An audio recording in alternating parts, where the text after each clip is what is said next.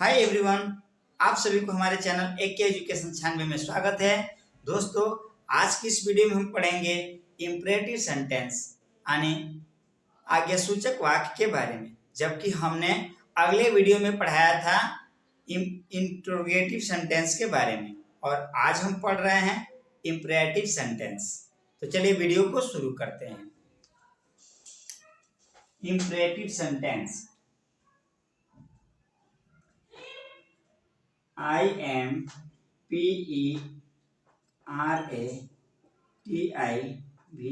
imperative sentence SENTENCE imperative sentence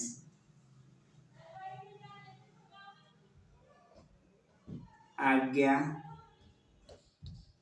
सूचक वाक्य।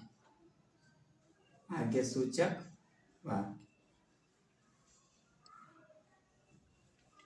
Imperative sentence को हम आज्ञा सूचक वाक्य कहते हैं। इसे हम आदेशात्मक वाक्य भी कहते हैं। अब हम इसका परिभाषा देखेंगे।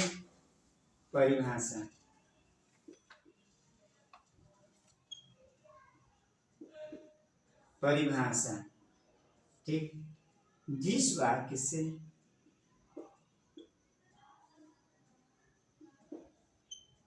जिस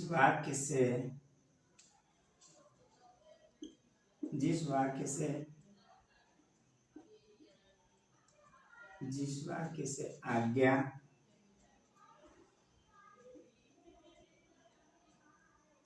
अनुरोध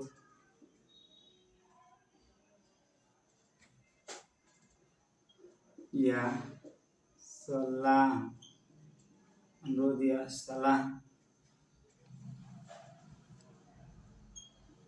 का भाव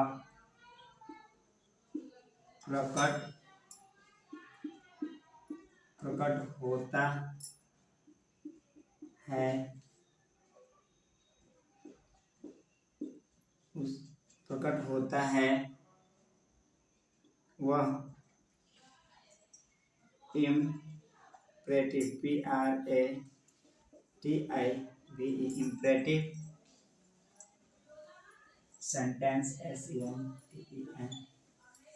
sentence आज्ञा सूचक वाक्य कहलाता है। ठीक, इंपरेटिव सेंटेंस की परिभाषा है कि जिस वाक्य से आज्ञा, अनुरोध या सलाह का भाव प्रकट होता है वह इंपरेटिव सेंटेंस कहलाता है। ठीक, हम इसका इंग्लिश में डिफिनेशन देखेंगे। DEFINITION डिफिनेशन है, इंग्लिश डिफिनेशन है a sentence SENTENCE a sentence that express express an order an order or a request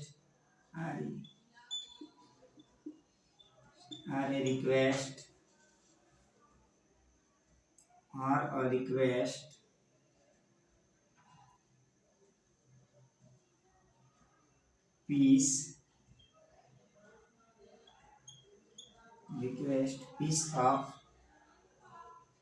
of advice piece of advice is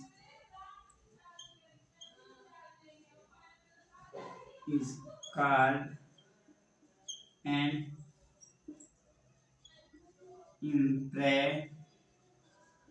imperative imperative sentence. ठीक, इसका इंग्लिश डिफिनेशन है a sentence that expresses an order or a request piece of advice is called an imperative sentence। अब हम इसका example देखेंगे, यानी उदाहरण। EXAMPLE example. पहला है कम हियर, कम हियर यहाँ आओ, कम हियर यहाँ, कम हियर यहाँ आओ। दूसरा है गो देयर, वहाँ जाओ,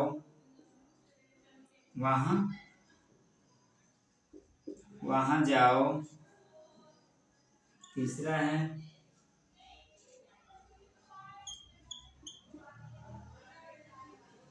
प्लीज हेल्प मी। ठीक, इसका एग्जाम्पल है कि कम हेयर यहाँ आओ, गो देयर वहाँ जाओ, प्लीज हेल्प मी कृपया मेरी मदद कीजिए। तो ये रहा इम्परेटिव सेंटेंस की परिभाषा और उदाहरण। अब हम इम्परेटिव सेंटेंस के कंडीशन को देखेंगे, जहां से हमें पूर्ण रूप से स्पष्ट क्लियर हो जाएगा कि इम्परेटिव सेंटेंस में हम रिक्वेस्ट, आज्ञा या सलाह, हम इसका सेंटेंस कैसे बनाते हैं। तो चलिए हम शुरू करते हैं इम्परेटिव सेंटेंस के कंडीशन के बारे में।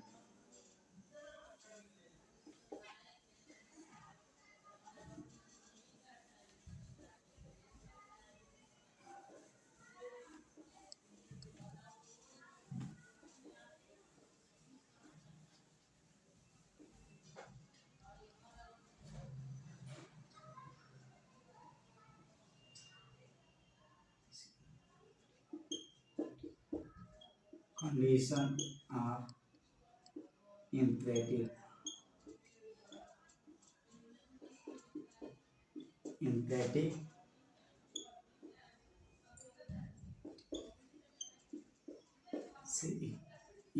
सेंटेंस। ठीक, condition of imperative sentence. Imperative sentence के कंडीशन देखिए, जो इम्परेटिव सेंटेंस के 3 कंडीशन है। यहाँ पे ग्राफ बनाते हैं CONDITION कंडीशन। ठीक, इसके 3 कंडीशन है। पहला, दूसरा, तीसरा। पहला कंडीशन है ऑर्डर, ORDER, ऑर्डर यानी आदेश, ऑर्डर यानी आदेश। दूसरा है एडवाइस, ADVIC, एडवाइस यानी सलाह। तीसरा है रिक्वेस्ट, REQUEST, रिक्वेस्ट यानी होता है अनुरोध,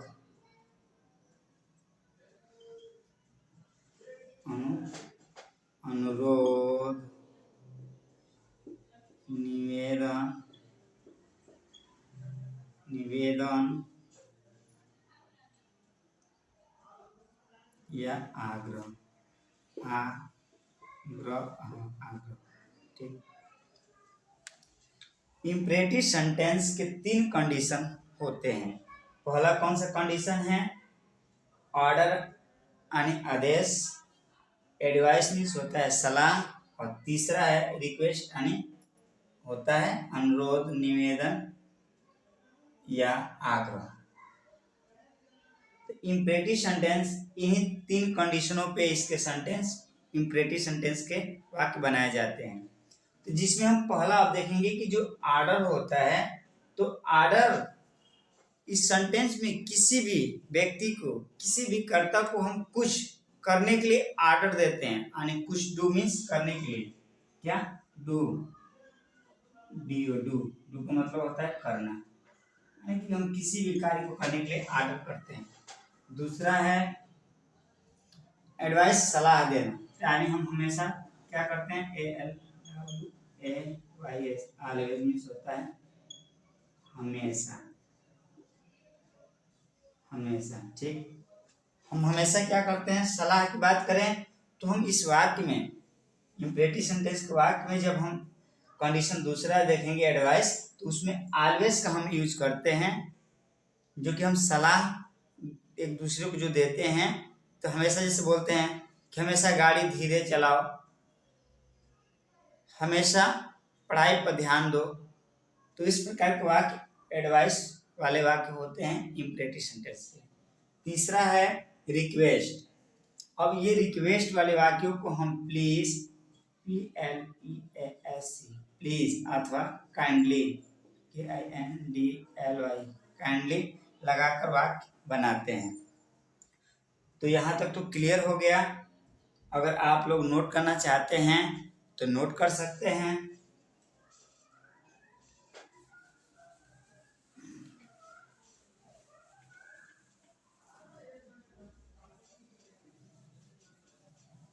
अब हम देखेंगे पहला जो कंडीशन है, पहला कंडीशन क्या था, ऑर्डर, ORDER, ऑर्डर, ऑर्डर यानी आदेश, ठीक। इम्परेटिव सेंटेंस का जो पहला कंडीशन है वो है आदेश।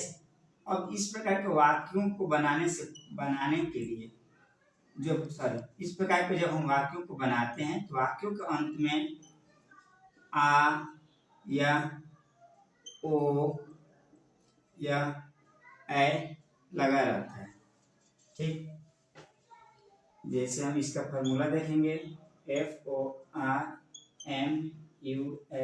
फॉर्मूला यानी कि सूत्र, फॉर्मूला है dot dot V1 plus object OBJ, object plus others,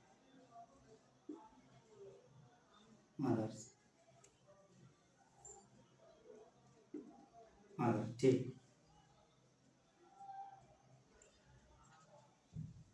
इसका अब हम एग्जांपल देखेंगे,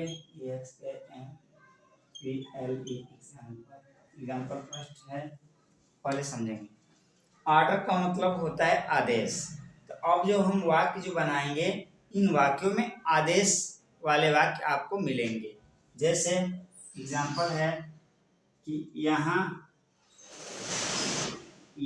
आओ, यहाँ आओ, ऑर्डर दे रहे हैं ना, यहाँ आओ, इसका हो जाएगा यहाँ आओ, कम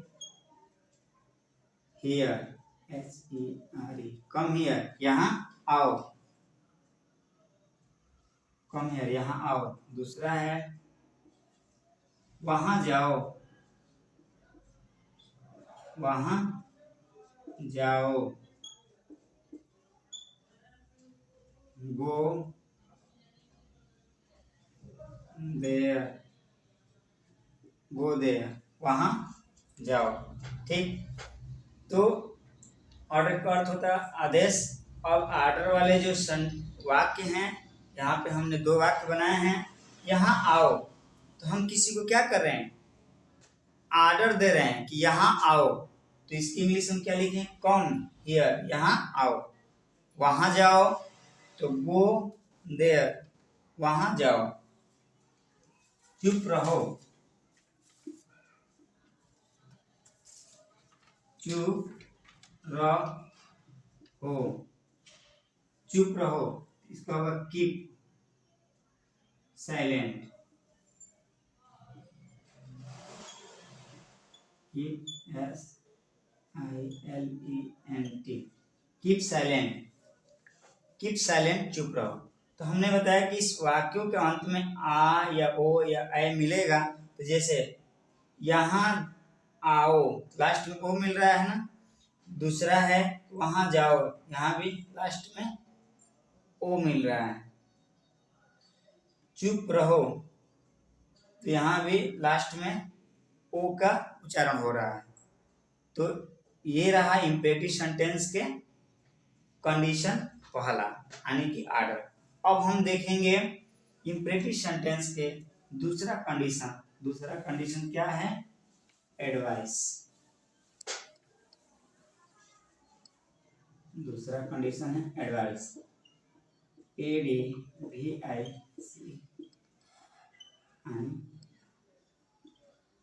सलाह। इसके वाक्यों के अंत में भी आ ओ ए लगा रहता है। इसका फॉर्मूला है FORMULA formula dot dot V1 plus OBJ object plus other. Formula का अर्थ होता है सूत्र, इसी हम सूत्र पे रखेंगे इसके सेंटेंस जब हम बनाएंगे तो। ठीक, अब हम बात कर रहे हैं एडवाइस यानी सलाह की, जिसके वाक्यों के अंत में क्या मिलेगा? आ मिलेगा या ओ मिलेगा या आई मिलेगा। ठीक, जैसे हम देखेंगे एग्जाम्पल EXAMPLE। एग्जाम्पल पहला है सलाह की बात कर रहे हैं।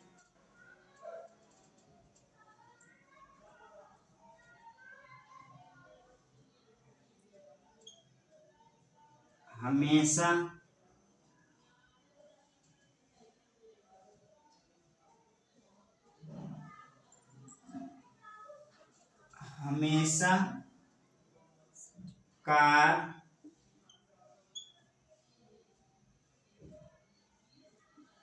धीरे चलाओ। लास्ट में ओ मिल रहा है ना इस वाक्य के अंत में। ठीक, अब हम इसका इंग्लिश बनाएंगे, इसी सूत्र पे हम रखते जाएंगे। इस इम्परेटिव सेंटेंस के वाक्यों में, सिंपल सेंटेंस के वाक्यों में क्रिया की फर्स्ट फॉर्म V1 यानी V से वर्ब होता है और वन माने फर्स्ट। क्रिया की फर्स्ट फॉर्म ऑब्जेक्ट और अदर का अर्थ होता है अन्य। तो अब देखिए हम इस वाक्य को हम इंग्लिश में ट्रांसलेट करेंगे। हमेशा कार धीरे चलाओ, तो ये हो जाएगा ऑलवेज। हमेशा की इंग्लिश क्या होता है? Always, ALWAYS, always. चलाना का अर्थ क्या होता है? ड्राइव।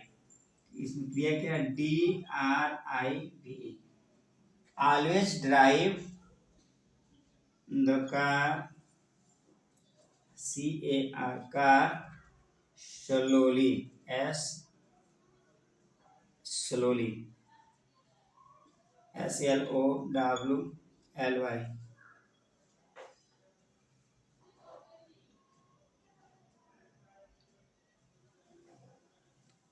हमेशा कार धीरे चलाओ, always drive the car slowly.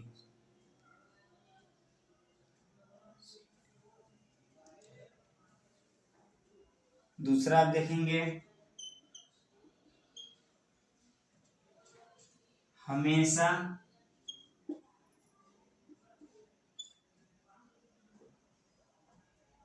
सत्य बोलो, हमेशा सत्य बोलो। तो इसका इंग्लिश क्या होगा? इसका इंग्लिश होगा ऑलवेज मीन्स होता है हमेशा, ALWAYS, always speak, always speak the truth, TRUTH, truth. हमेशा सत्य बोलो, always speak the truth. Always means हमेशा, स्पीक मीन्स बोलो, ट्रूथ मीन्स सत्य। हमेशा सत्य बोलो। अब देखेंगे इम्परेटिव सेंटेंस का तीसरा कंडीशन। तो अगर इसे आप लोग नोट करना चाहें तो नोट कर सकते हैं। चलिए अब देखते हैं तीसरा कंडीशन।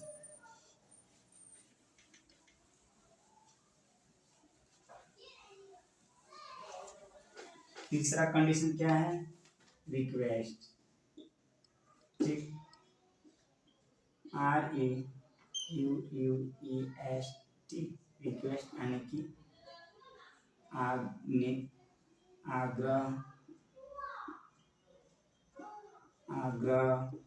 या निवेदन या आग्रह, निवेदन या अनुरोध। ठीक, इसके वाक्यों के अंत में भी क्या मिलेगा आपको? या तो आ मिलेगा, या ओ मिलेगा, या आई मिलेगा। अब देखते हैं हम। फॉर्मूला है FORMULA,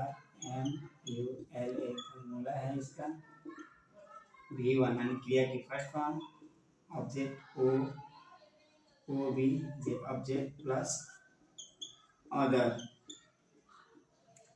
ठीक, अब रिक्वेस्ट इम्पेरेटिव सेंटेंस की तीसरा कंडीशन है रिक्वेस्ट। रिक्वेस्ट का अर्थ होता है आग्रह, निवेदन, अनुरोध। इसके भी वाक्यों के अंत में या तो आ मिलेगा, या तो ओ मिलेगा, या तो आई मिलेगा। जैसे एग्जाम्पल है EXAMPL एग्जाम्पल फर्स्ट है कृपया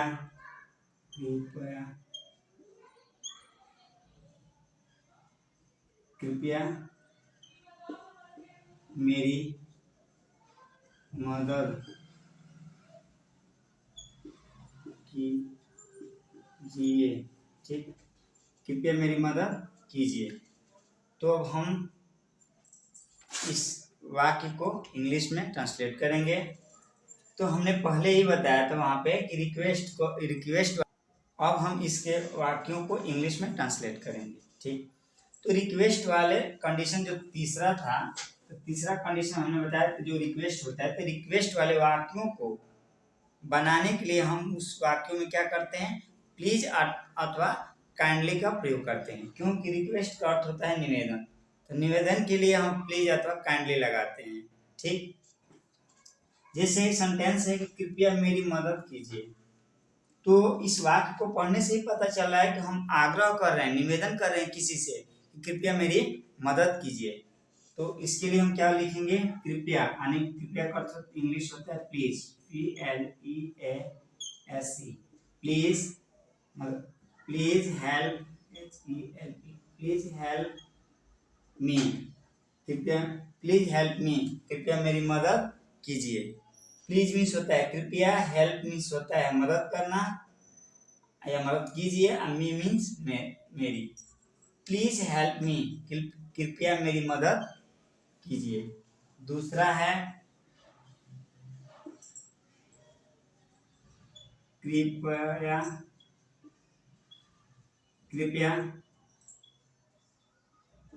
यहाँ से जाओ,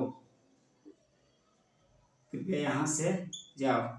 तो इसका इंग्लिश हम बनाएंगे please, PLEASE, please go from here, go from here, कृपया यहाँ से जाओ। तो प्लीज का अर्थ, प्लीज मीन्स होता है कृपया, गो मीन्स होता है जाओ, और फ्रॉम मीन्स होता है से, हियर मीन्स यहाँ से, कृपया यहाँ से जाओ। इस वाक्य में भी हम रिक्वेस्ट कर रहे हैं किसी से कि प्लीज, यानी कि कृपया यहाँ से जाओ। तो प्लीज गो फ्रॉम हियर, कृपया यहाँ से जाओ। तो आई होप, मैं आशा करता हूँ कि ये वीडियो आप लोग को जरूर पसंद आया होगा। अगर ये मेरी वीडियो आप लोग को पसंद आया हो, इस वीडियो को लाइक शेयर सब्सक्राइब कीजिए और अपने इस छोटे भाई को बहुत ढेर सारा प्यार दीजिए। इसी तरह इंग्लिश से रिलेटेड मैं आप लोगों के लिए रेगुलर मैं वीडियो लाता रहूँगा। मिलते हैं नेक्स्ट वीडियो में। धन्यवाद।